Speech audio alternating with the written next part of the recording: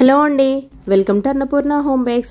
ఈరోజు exact bakery స్టైల్లో vanilla tea time కేక్ని ఏ విధంగా ప్రిపేర్ చేయాలో ఈ వీడియోలో చూపిస్తానండి. ఇప్పుడు నేను చూపించబోయే ఈ స్పాంజ్ని టీ టైమ్ కేక్లో తీసుకోవచ్చు, అదేవిధంగా 1 kg వెనిలా పేస్ట్రీ బేస్లో కూడా తీసుకోవచ్చు. ఆల్రెడీ మన ఛానల్లో ఇంతకుముందు 1 kg వెనిలా టీ టైమ్ కేక్ని ఏ విధంగా ప్రిపేర్ చేయాలో చూపించానండి.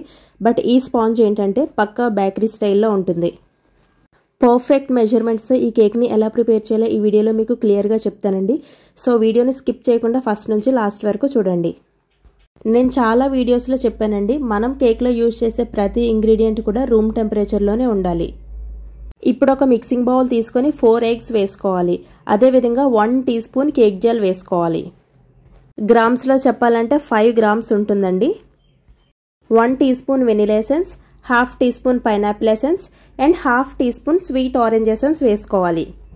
మీరు పేస్ట్రీ బేస్ని ప్రిపేర్ చేయాలనుకుంటే స్వీట్ ఆరెంజ్ ఎసెన్స్ని స్కిప్ చేయండి. 1 teaspoon vanilla essence and 1 teaspoon pineapple essence వేస్తే సరిపోతుంది. ఇప్పుడు 150 grams షుగర్ వేసుకోండి, అంటే 3/4 కప్. ఇక్కడ మీరు షుగర్ని బ్లెండ్ చేయనవసరం లేదండి, డైరెక్ట్గా 1/4 కప్ షుగర్ వేస్తే సరిపోతుంది. హై స్పీడ్లో బీట్ చేయకూడదండి, స్లో స్పీడ్లోనే బీట్ చేయాలి. హ్యాండ్ బ్లెండర్ యొక్క స్పీడ్ని క్రమంగా పెంచుకుంటూ షుగర్ మొత్తం కరిగేంత వరకు బీట్ చేసుకోవాలి.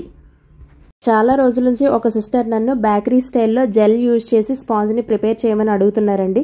సో నేను అందుకనే ఈ వీడియో చేశాను. నేను ఇప్పటివరకు స్పాంజ్ జెల్ యూజ్ చేయలేదండి, ఇదే ఫస్ట్ టైం యూజ్ చేస్తున్నాను.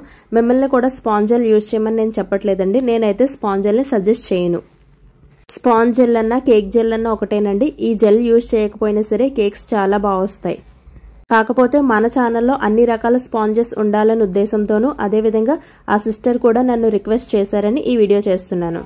బ్యాటర్ మొత్తం వైట్ కలర్లోకి చేంజ్ అయ్యి రిబ్బన్ కన్సిస్టెన్సీ వచ్చేంత వరకు బీట్ చేసుకోవాలి. ఇప్పుడు మైదాని వేసుకోవాలండి. ఇక్కడ నేను 150 grams మైదా వేస్తున్నాను. మైదాని ఒక్కసారిగా వేసుకోకూడదండి, కొద్ది కొద్దిగా వేసుకోవాలి.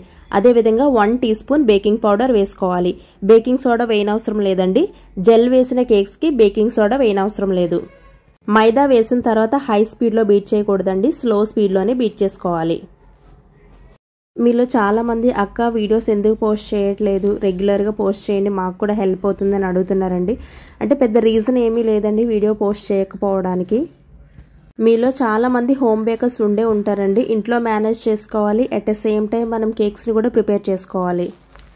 ఫర్ ఎగ్జాంపుల్ నార్మల్గా ఒక కేక్ని మనం 1 hourలో ప్రిపేర్ చేయాలనుకుంటే వీడియో తీస్తూ చేయడానికైతే 1.5 hour 2 hours పడుతుందండి. కంటిన్యూస్గా కేక్ ఆర్డర్స్ రావడం వల్ల వీడియోస్ రికార్డ్ చేయడానికి అవ్వట్లేదండి. ఇక్కడ నుంచి డైలీగా వీడియోస్ చేయడానికి ట్రై చేస్తాను. ఇప్పుడు 2 tablespoon ఫ్లేవర్లెస్ ఆయిల్ వేసుకోవాలి. 2 tablespoon అంటే 30 ml ఉంటుందండి. అదేవిధంగా 2 drops ఎల్లో జెల్ కలర్ వేసుకోండి. ఈ కలర్ అనేది కంప్లీట్లీ ఆప్షనల్, మీకు నచ్చితే వేసుకోండి, లేదంటే స్కిప్ చేసేయండి. ఆయిల్ వేసిన తర్వాత ఎక్కువసేపు మిక్స్ చేయకూడదండి, ఆయిల్ బ్యాటర్లో కలిసేంత వరకు మిక్స్ చేస్తే సరిపోతుంది. ఓవర్గా అస్సలు బీట్ చేయొద్దు. కేక్ జెల్ వేసిన కేక్స్లో మిల్క్ కూడా వేయనవసరం లేదు. బ్యాటర్ మొత్తం రెడీ అయ్యేసరికి చూడండి ఈ విధంగా ఉంటుంది బ్యాటర్ కన్సిస్టెన్సీ. ఇది నేను టీ టైమ్ కేక్లో ప్రిపేర్ చేస్తున్నానండి, అందుకే నేను టూటీ ఫ్రూటీ వేశాను. ఒకవేళ మీరు పేస్ట్రీ బేస్ ప్రిపేర్ చేస్తున్నట్లయితే టూటీ ఫ్రూటీ అండ్ కలర్ రెండు కూడా స్కిప్ చేసేయండి. ఇప్పుడు ఈ బ్యాటర్ని మీరు 8x8 inch స్క్వేర్ టిన్లో వేసుకోవచ్చండి. ఒకవేళ మీరు రౌండ్ టిన్లో వేయాలన్నా సరే 8 inch రౌండ్ టిన్లో వేసుకోవచ్చు. ఇక్కడ నేను ఈ బ్యాటర్ని 8x10 inch టిన్లో వేస్తున్నానండి. స్పాంజ్ ఫ్లాట్గా కావాలి అనుకుంటే 8x10 inch టిన్లో వేసుకోవచ్చు. స్పాంజ్ హైట్ మీకు కొంచెం ఎక్కువ కావాలనుకుంటే 8x8 inch టిన్లో వేసుకోండి. కేక్ టిన్ని బటర్ పేపర్ వేసి ఆయిల్తో గ్రీస్ చేసిన తర్వాత అప్పుడు బ్యాటర్ని ట్రాన్స్ఫర్ చేసుకోవాలి. బ్యాటర్ కన్సిస్టెన్సీ కొంచెం థిక్గా ఉంటుందండి, అందుకే ఈ బ్యాటర్ కేక్ టిన్ యొక్క 4 corners కూడా వెళ్లే విధంగా స్పాచులాతో లెవెల్ చేసుకోవాలి. వీడియోలో నేను చూపించిన విధంగా ఫ్లాట్ చేసుకొని టూటీ ఫ్రూటీతో గార్నిష్ చేసుకోవచ్చు. టూటీ ఫ్రూటీస్ వేసిన తర్వాత టిన్నిని ఒకసారి ట్యాప్ చేసుకోవాలండి. ఇలా ట్యాప్ చేసుకున్న ఈ టిన్ని ప్రీహీటెడ్ ఓవెన్లో 170 degrees దగ్గర 25 to 30 minutes బేక్ చేసుకోవాలి. ఇక్కడ నేను 8x10 inch టిన్ తీసుకున్నానండి, అందుకే 25 to 30 minutes బేక్ చేసుకుంటే సరిపోతుంది. అదే మీరు 8x8 inch టిన్ తీసుకున్నట్లయితే 35 to 40 minutes బేక్ చేసుకోవాలి. మీ అవెన్ టెంపరేచర్ని బట్టి 30 minutes తర్వాత కేక్ బేక్ అయిందా లేదా అని ఒకసారి చెక్ చేసుకోండి. కేక్ కంప్లీట్గా కూల్ అయిన తర్వాత అప్పుడు డిమౌల్డ్ చేసుకోవాలి. కేక్ టిన్కి 4 sides కూడా బటర్ పేపర్ వేసినట్లయితే డిమౌల్డ్ చేయడం చాలా ఈజీగా ఉంటుందండి. అదేవిధంగా క్రమ్స్ కూడా మనకి ఎక్కువ రాకుండా ఉంటాయి. బేకరీ స్టైల్లో కేక్ జెల్ వేసి స్పాంజ్ని ఎలా ప్రిపేర్ చేస్తారో మీకు చూపించడం కోసం నేను కేక్ జెల్ వేశాను. కేక్ జెల్ యూజ్ చేయకపోయినా సరే కేక్స్ చాలా బాగా వస్తాయండి. మీరు కమెంట్స్లో మళ్ళీ నన్ను హోమ్ బేకర్స్ కదా మీరు ఎందుకు కేక్ జెల్ యూజ్ చేస్తున్నారు అని అడగొద్దండి. కేక్ అయితే చాలా స్పాంజీగా వచ్చిందండి. ఒకసారి మీరు వీడియోలో చూస్తేనే తెలుస్తుందండి ఎంత స్పాంజీగా వచ్చిందో. ఇప్పుడు ఈ కేక్ నేను కట్ చేసి చూపిస్తాను చూడండి. అంటే కేక్ మిడిల్లో మనకి టెక్స్చర్ ఎలా వచ్చిందనేది మీకే తెలుస్తుంది.